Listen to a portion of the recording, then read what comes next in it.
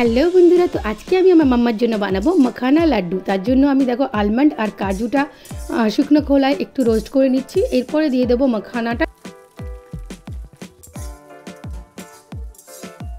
তো আর এটা কিন্তু ভীষণ হেলদি একটা ফুড বাচ্চাদের জন্য। এবার এটা রোস্ট হয়ে গেছে, এবার এটা ঠান্ডা হওয়ার জন্য রেখে দিচ্ছি।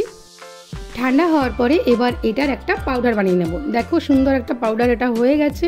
আর এদিকে দেখো আঞ্জির আর খেজুর আমি ভিজিয়ে রেখেছিলাম, আর খেজুরের বীজগুলো আমি আগে ছাড়িয়ে নিয়েছি, আর আঞ্জিরটাও বেশ সফট হয়ে গেছে। এবার এটাকেও একটা পেস্ট করে নিচ্ছি। এই যে দেখো সুন্দর একটা পেস্ট হয়ে গেছে। এবার আমি মাখানা আর নাটসের পাউডারটার মধ্যে আঞ্জির আর খেজুরের পেস্টটা দিয়ে দিলাম। এবার দেখো সবকটা জিনিসকে এভাবে মাখিয়ে নিচ্ছি।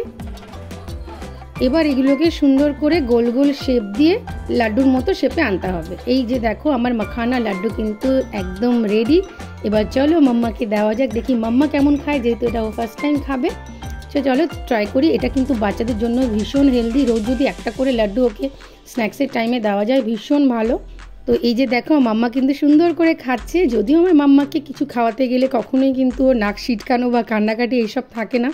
ওকে আমি যেটাই ওকে খাওয়াই ও কিন্তু সুন্দর করে সেটা খাই লক্ষ্মী মেয়ের মতো। এই যে দেখো একা একাও মাম্মা খাচ্ছে। তো আজকের মতো ভিডিওটা এই অবধি, টাটা।